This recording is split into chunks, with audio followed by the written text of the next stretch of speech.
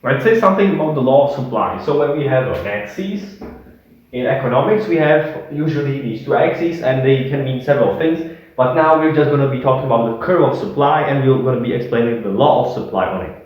So the thing we have to only draw right now, we're not going to do the demand curve, we're just going to do the supply curve. It is like this. Yes, it always goes up, slopes up. It can be at different slopes, it can be just like this, slightly, but by law of supply, it goes up. Because now I'm going to talk about the law of supply, just after I mark these things. So here is quantity supply and price per unit or per unit magnitude, per 1000 units or whatever. So whatever this product is, this might be an airplane or whatever, as we talked in the previous video. Now, on this axis, as you move towards the right, the quantity supplied rises. On this axis, as you move towards the upper side, or the higher you are, the higher the price there's going to be. For example, I can actually give this units, okay?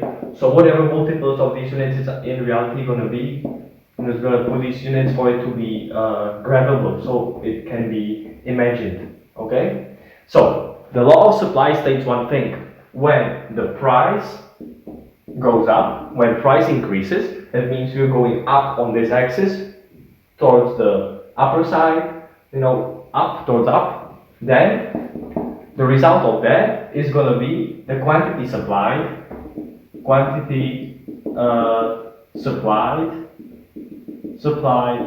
goes up as well, okay?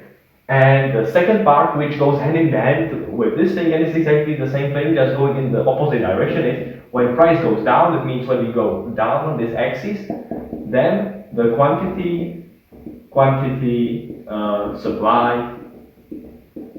supply also goes down. So this curve basically sums up all the possible points where our market equilibrium can be, which market equilibrium is something you will learn. If you've not learned it yet, you will learn it. Not really important, but it's quite important, to understand the points on this line. So this line basically sums up all the different locations at which the market can be. So when it is here, it means the price per certain unit is 1 and the quantity supplied is 1. At price 2, just locate the point, and you see at price 2 it's approximately 2 in as far as quantity supplied. At this point we have, for example, 2.9 price per unit and quantity supply 2.8, for example. Okay, you just locate it on the axis for each point. And as you go along the curve from lower price, so from the left side, because this curve always slopes upwards, that's the reason why it goes upwards, because it then works the way that this law describes it. When we go up, well, we rise in price because we go up along this curve, the curve goes up, so the price of the point will be higher every time we go to the right, okay?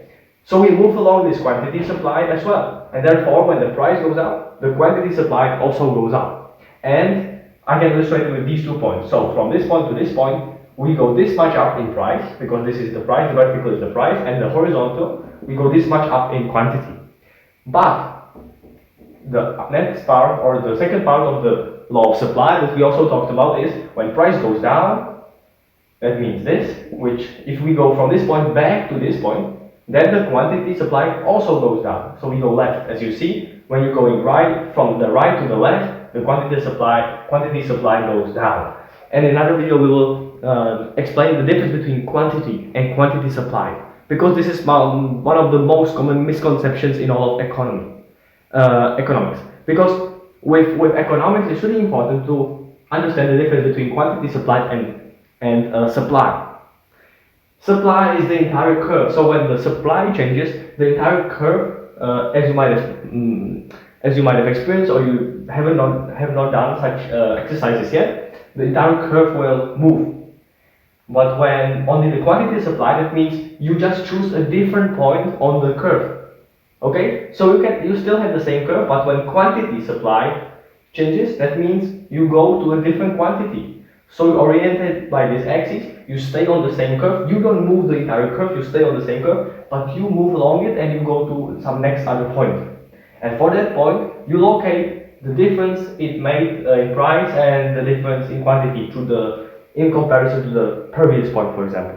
Yeah. So law of supply, what it says is price goes up, quantity supply goes up. When people have more money being spent on their products, they're gonna supply more of these products, a higher quantity of these products. And when people have less price put to given to their products, they're gonna supply less of these products.